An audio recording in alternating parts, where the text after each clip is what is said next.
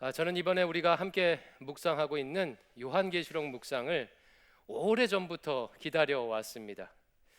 아시다시피 우리 교회는 매일 성경 묵상 순서에 따라서 성경을 묵상하고 있지요. 이러다 보니까 제 개인적으로 깊이 묵상하고 싶었던 요한계시록 순서가 올 때까지 오랫동안 기다렸던 것입니다.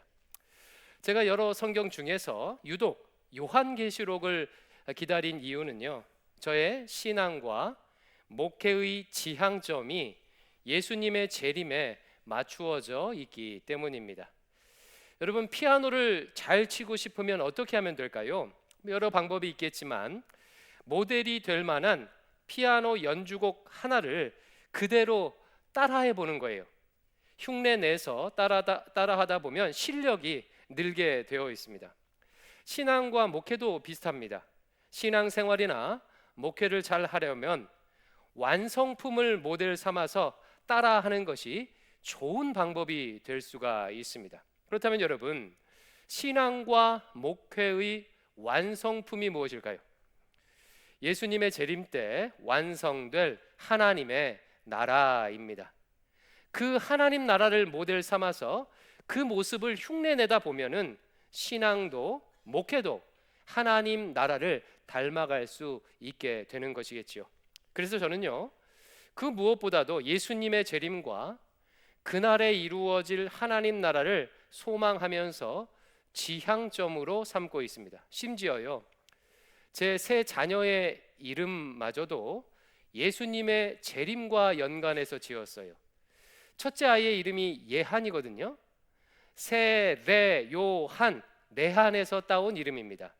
뜻이 뭐냐면, 세례 요한이 예수님의 초림을 예비했다면 예한이는 예수님의 재림을 예비해라, 이런 뜻을 가지고 있어요.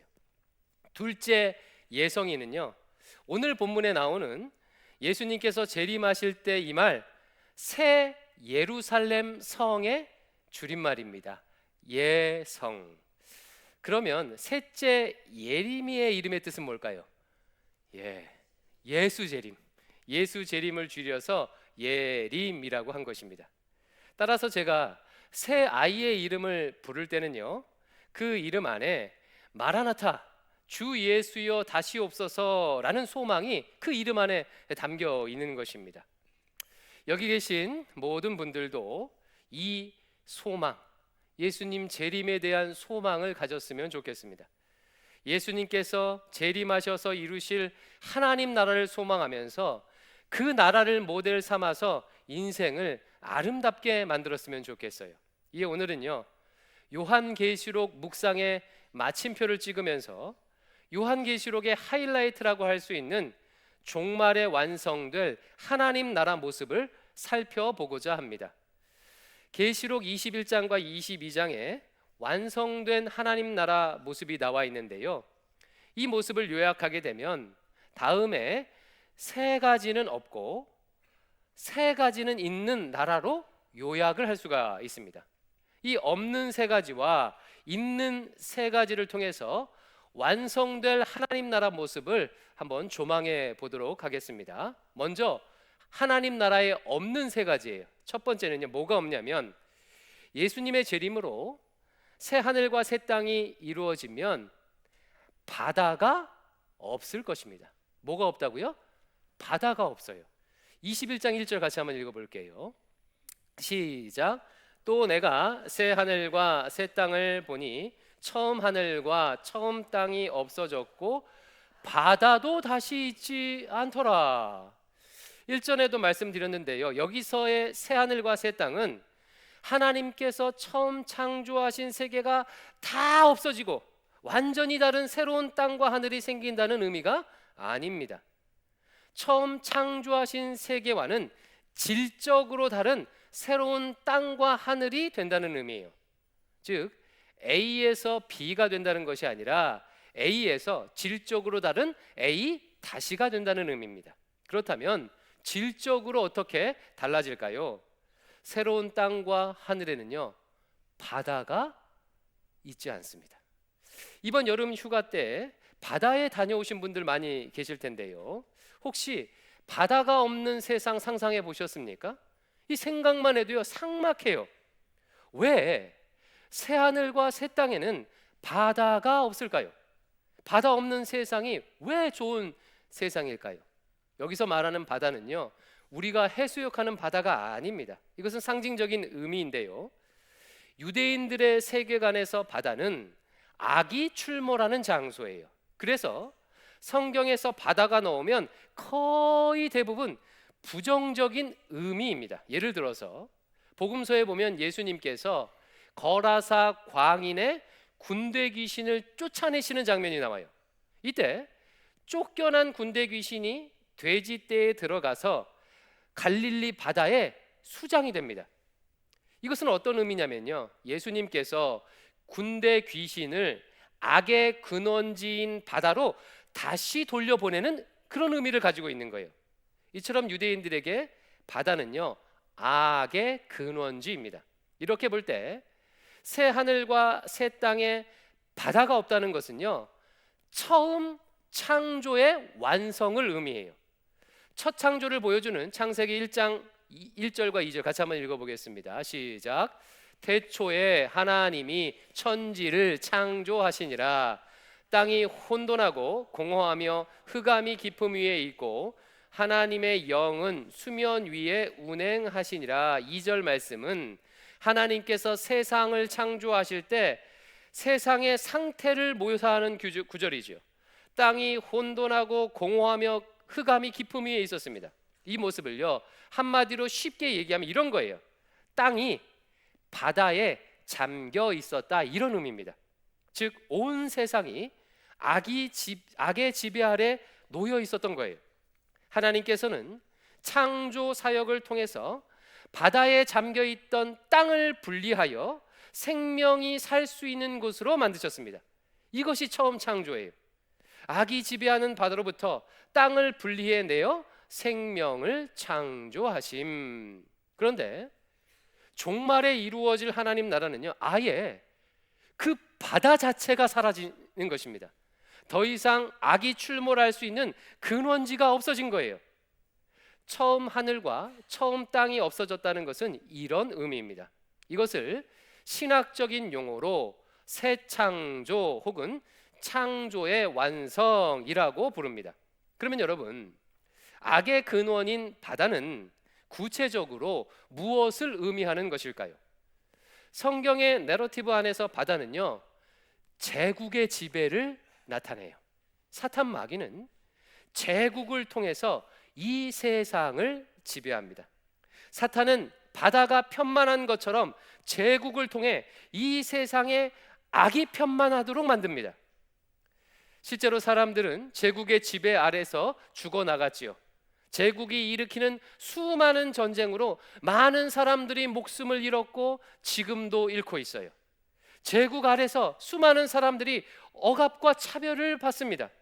그러므로 제국 아래서의 인간은 슬퍼할 수밖에 없고 애통할 수밖에 없고 아플 수밖에 없습니다.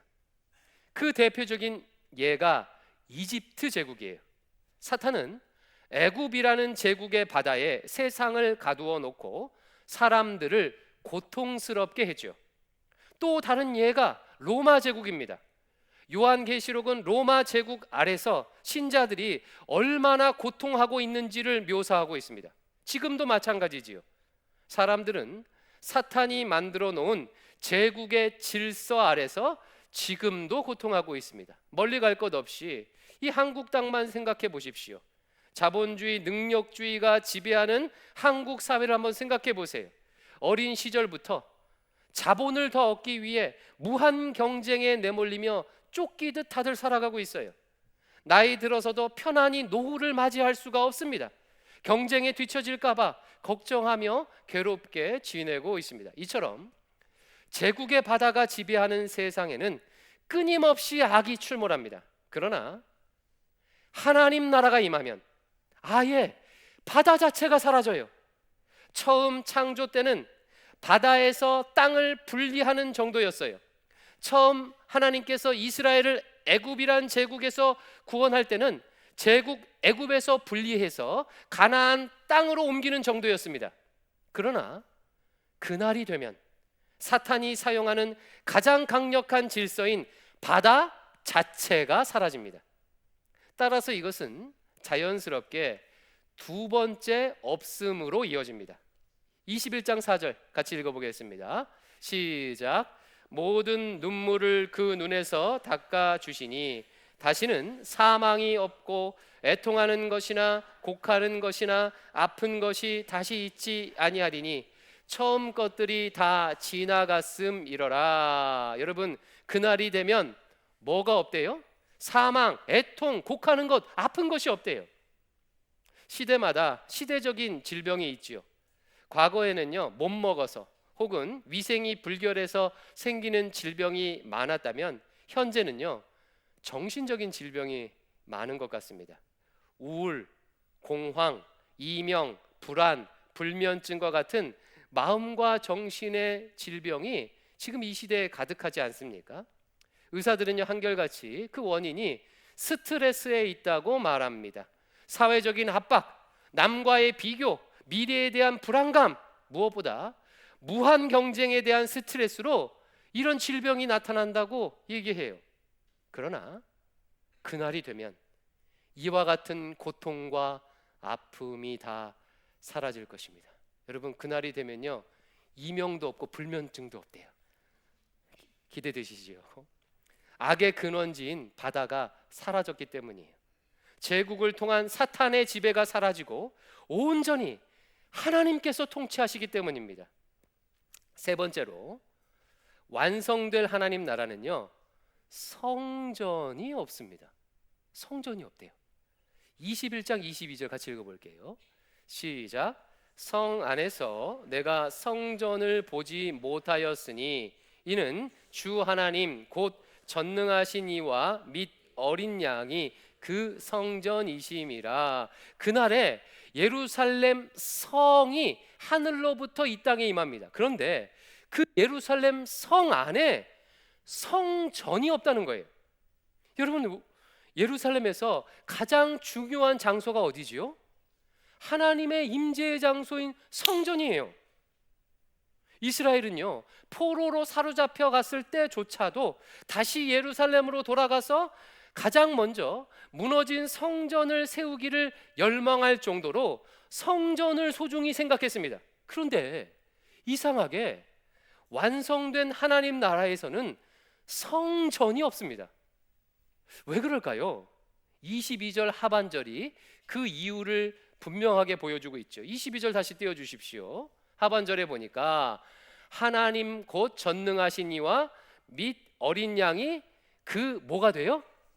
성전이 되는 거예요. 즉 완성될 하나님 나라에서는 하나님과 예수님이 직접 그곳에 계시기 때문에 더 이상 매개의 장소, 하나님을 만나는 매개의 장소니 성전이 더 이상 필요 없어진다는 그런 의미입니다. 이것은요, 무엇을 나타내냐면 그날이 되면 더 이상 종교가 없을 것이라는 의미예요. 지금 우리는 3차원의 시공간에서 살다 보니까 초월하신, 시공간을 초월하신 하나님을 인식할 수 있는 매개체가 필요합니다. 하나님의 임재를 가시적으로 나타내는 성전이라든가 하나님의 뜻을 알려주는 성경 같은 것이 지금 이곳에는 반드시 필요해요. 그래야 하나님을 만날 수 있고 그래야 하나님의 뜻을 알 수 있지 않겠습니까? 그러면 여러분 한번 생각해 보세요. 하나님을 만날 수 있는 특정 장소가 있고 하나님을 알 수 있는, 뜻을 알 수 있는 특정 책이 있으면 뭐가 자연스럽게 생기겠습니까? 종교가 생기겠죠. 특정 책과 특정 장소를 중심으로 모이는 종교라는 것이 생길 수밖에 없어요. 그래서 우리도요, 기독교라는 종교 형태로 신앙생활을 하고 있는 것입니다. 그러나 그날이 되면 종교가 사라질 거예요. 하나님을 어떤 매개체로 만나는 것이 아니라 직접 대면에서 보고 직접 그분의 음성을 들을 것이기 때문입니다. 직접 만나게 되면 전화기가 필요 없는 것처럼 그날이 되면 더 이상 기독교라는 종교적 매개체가 필요 없게 되는 거예요. 이상의 세 가지가 하나님 나라에는 없습니다. 첫 번째, 악의 근원지로서의 바다가 없고, 따라서 더 이상 사망, 애통, 아픔도 없어요. 그리고 종교조차도 없습니다. 다음으로 하나님 나라에 있는 세 가지를 살펴보겠습니다. 첫 번째, 그날이 되면 하나님과 하나님의 백성이 함께 있을 것입니다. 21장 3절을 같이 읽어보겠습니다. 시작. 내가 들으니 보좌에서 큰 음성이 나서 이르되 보라, 하나님의 장막이 사람들과 함께 있음에 하나님이 그들과 함께 계시리니 그들은 하나님의 백성이 되고 하나님은 친히 그들과 함께 계셔서. 계속해서 띄워주세요. 3절 자세히 보십시오. 이 한 절 안에 같은 문장이, 비슷한 문장이 세 번이 반복돼요. 한번 찾아보세요. 무슨 문장이죠? 하나님의 장막이 사람들과 함께 있다. 하나님이 그들과 함께 계신다. 하나님은 친히 그들과 함께 계신다. 하나님께서 하나님의 백성과 함께 있음을 세 번 연속해서 말해요. 여러분, 성경에서 3은 어떤 숫자죠? 완전수, 완전함을 나타내는 수. 그날이 되면 하나님과 하나님 백성이 완전히 함께 있을 것이다. 결코 떨어지지 않고 완전히 함께 있을 것이다 라는 이런 말씀이에요. 여러분, 이 땅에서 신자로 살아가면서 가장 신자로서 괴로운 것이 무엇입니까? 하나님의 함께 하심이 느껴지지 않을 때 신자는 괴롭습니다. 어떤 분들은요, 하나님의 계심을 믿고 싶은데 믿어지지가 않아서 힘들대요. 어떤 분은요, 하나님이 계신 것은 알겠는데 나와 함께 하고 있는 것이 느껴지지 않아 힘들어하는 분들도 계십니다. 하나님께서 기도에 응답하시지 않는 것 같고 내 상황을 외면하시는 것 같고 하나님이 함께 계신다면 결코 일어나지 말아야 할 일이 일어나는 것 같을 때 신앙의 회의가, 신앙의 낭망이 찾아오게 됩니다. 그러나 그날이 되면 하나님께서 온전히 함께 하실 거예요. 생각만 해도 좋지요. 그런데 여러분, 중요한 것이 하나 있습니다. 요한계시록은요, 마지막 날에 하나님과 함께하는 하나님 백성의 모습을 특별히 길게 설명하고 있어요. 이것을 아는 것이 중요합니다. 요한이 다음과 같은 환상을 보는데요, 21장 2절이에요. 같이 한번 읽어볼게요. 시작. 또 내가 봄에 거룩한 성 새 예루살렘이 하나님께로부터 하늘에서 내려오니 그 준비한 것이 신부가 남편을 위하여 단장한 것 같더라. 거룩한 성 새 예루살렘이 하늘로부터 내려오는 환상을 보았어요. 여기 나오는 예루살렘 성은 무엇을 의미할까요? 전 천년설을 따르는 분들은 이 예루살렘 성을 물리적인 장소라고 해석을 합니다. 그러나 이것은요, 물리적인 장소가 아니에요. 본문 자체가 그것을 잘 설명하고 있는데 9절 10절 말씀 보십시오. 제가 한번 읽어드리겠습니다. 7 대접을 가지고 마지막 7 재앙을 담은 7 천사 중 하나가 나와서 요한에게 말하여 이르되 요한아, 이리 와라. 천사인 내가 신부 곧 어린 양의 아내를 너한테 보이리라 하고 성령으로 요한을 데리고 크고 높은 산으로 올라가 하나님께로부터 하늘에서 내려오는 거룩한 성 예루살렘을 보이니. 천사가요, 예루살렘 성을 뭐라고 소개하고 있습니까? 어린 양의 신부, 아내라고 소개하고 있어요. 계시록에서 어린 양의 신부는요, 무엇을 나타내지요? 하나님의 백성, 교회를 의미합니다. 이것은 뒤에 나온 예루살렘 성의 묘사를 통해서 한 번 더 확인할 수가 있어요. 계시록은 이 새 예루살렘 성의 모습을 자세히 수치로 기록하고 있습니다. 수치로. 12절, 이 성에는 12개의 문이 있는데 각 문에는 이스라엘 12지파의 이름이 각각 새겨져 있어요.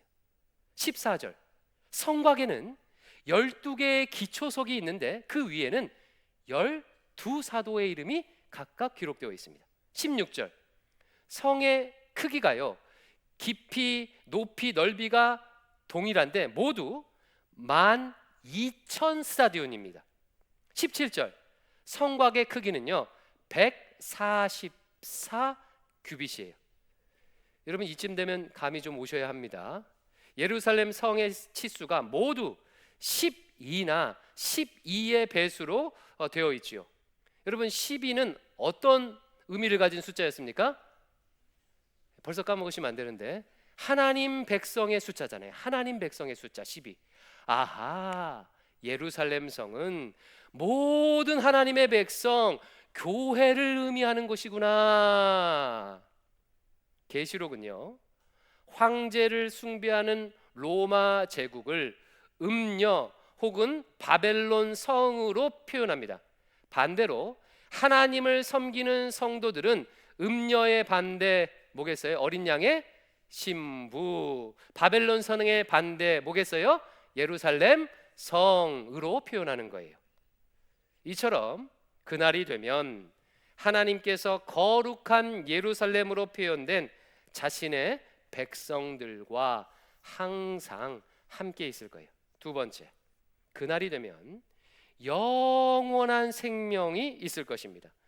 22장 1절과 2절, 이것도 제가 한번 읽어볼게요. 또 그가 수정같이 맑은 생명수의 강을 내게 보이니 하나님과 및 어린 양의 보좌로부터 나와서 길 가운데로 흐르더라.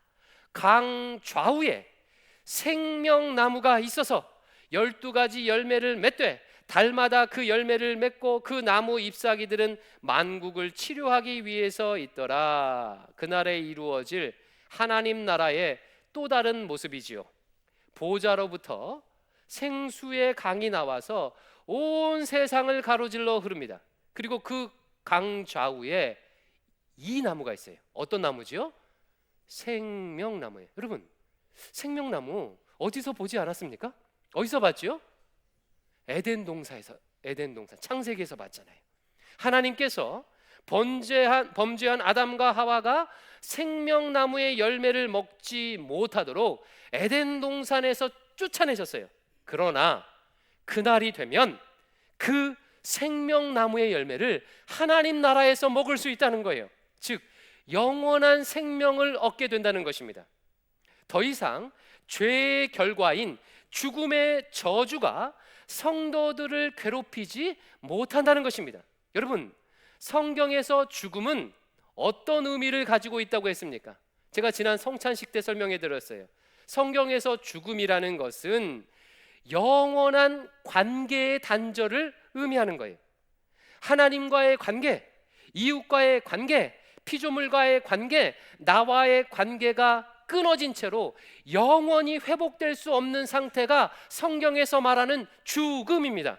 그러므로 영생을 얻는다는 것은 하나님과 이웃과 피조물과 나와 영원히 샬롬을 이루며 살게 된다는 의미예요. 그날이 되면 영원히 하나님을 사랑하고 이웃을 사랑하는 온전한 샬롬을 누릴 수가 있습니다. 마지막 세 번째로, 그날이 되면 참된 알미 있을 거예요. 22장 4절을 같이 읽어볼게요. 시작.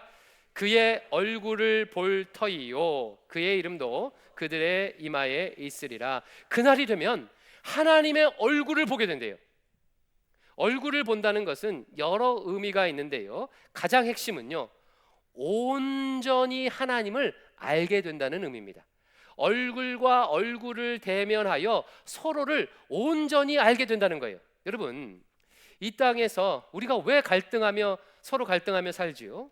서로 온전히 알지 못하고 오해하기 때문입니다. 제 장모님께서 해주신 이야기인데요, 제 장모님은 오랜 동안 시집살이를 하셨대요.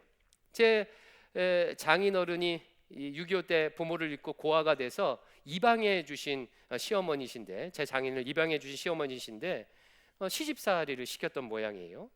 얼마나 시집살이가 힘들었던지 이 아이를 배에서 배가 남산만한데도 이 집에서 편히 누워서 쉬지도 못할 정도였대요.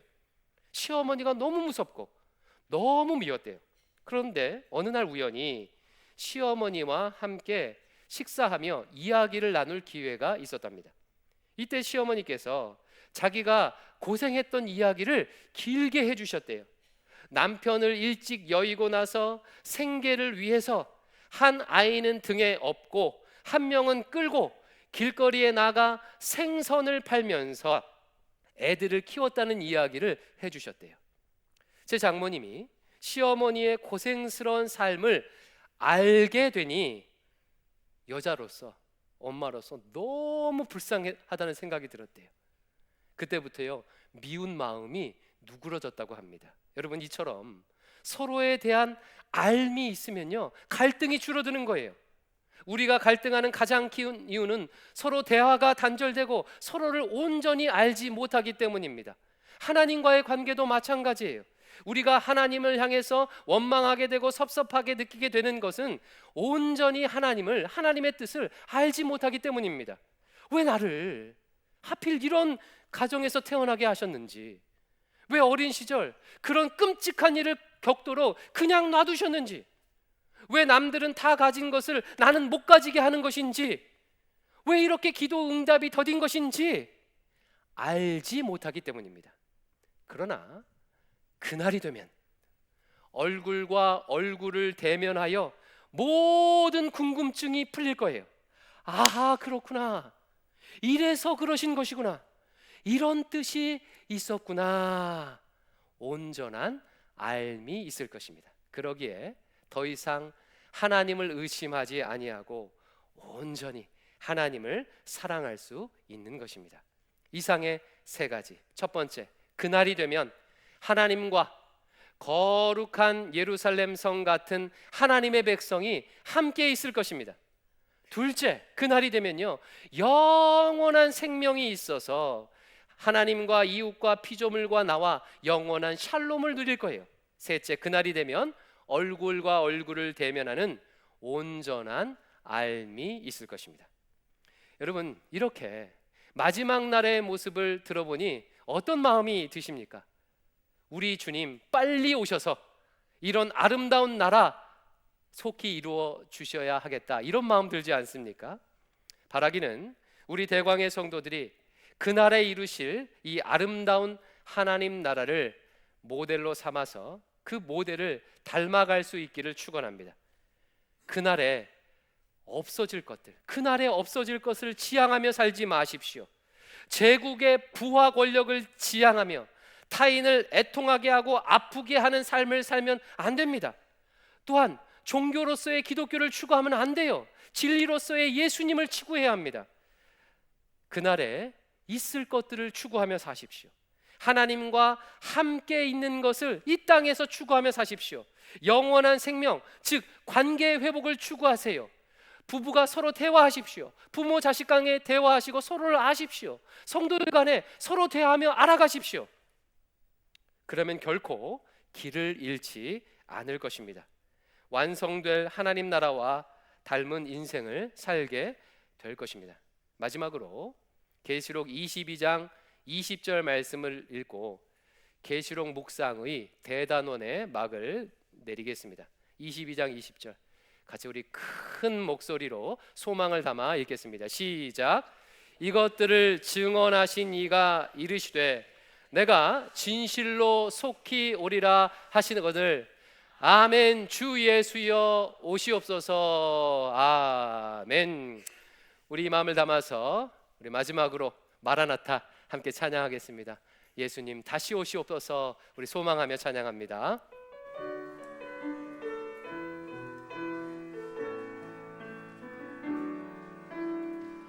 마라나타 주 예수여 어서 오시옵소서. 땅의 모든 모든 족속 주를 찬송하게 하소서. 마라나타 주 예수여 어서 오시옵소서. 모든 열방이 주께 돌아와 춤추며 경배하게 하소서. 우리 주님 다시 오실 길을 만들자. 십자가를 들고 땅끝까지 우린 가리라. 우리 주님 하늘 영광 온 땅 덮을 때 우린 땅끝가서 주를 맞으리. 마라나타 마라나타 아멘. 주 예수여 오시옵소서. 마라나타 마라나타 아멘. 주 예수여 우리 주님 다시 오실 길을 만들자. 우리 주님 다시 오실 길을 만들자. 십자가를 들고 땅끝까지 우린 가리라. 우리 주님 하늘 영광 온 땅 덮을 때 우린 땅끝에서 주를 맞으리. 마라나타 마라나타 아멘. 주 예수여 오시옵소서. 마라나타 마라나타 아멘. 우리 마지막으로요, 우리 두 손을 들고 함께 찬양합시다. 마라나타 마라나타 마라나타 아멘. 주 예수여 오시옵소서. 마라나타 마라나타 아멘. 주 예수여 오시옵소서. 두 손을 그대로 들고 계십시오. 이 시간 함께 기도할 텐데 두 손을 든 채로 우리 하늘을 향하여서 우리 주님께 외치며 기도합시다. 마라나타 주 예수여 어서 오시옵소서. 우리가 주님의 재림을 간절히 기다립니다. 약속대로 속히 오셔서 이 땅의 모든 분열과 다툼과 애통과 상처와 슬픔을 치료하여 주시옵소서. 악의 근원인 바다를 멸하여 주시옵소서. 참된 샬롬의 세상을 만들어 주시옵소서. 우리 두 손을 든 채 우리 마라나타를 외치며 우리 주님께 한 목소리로 기도하겠습니다.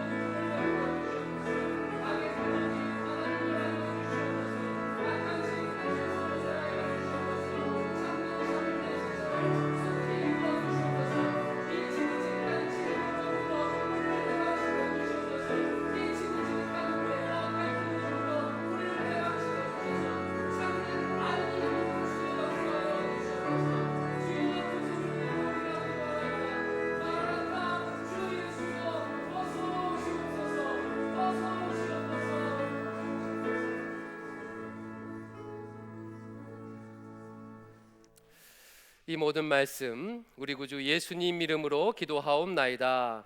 아멘.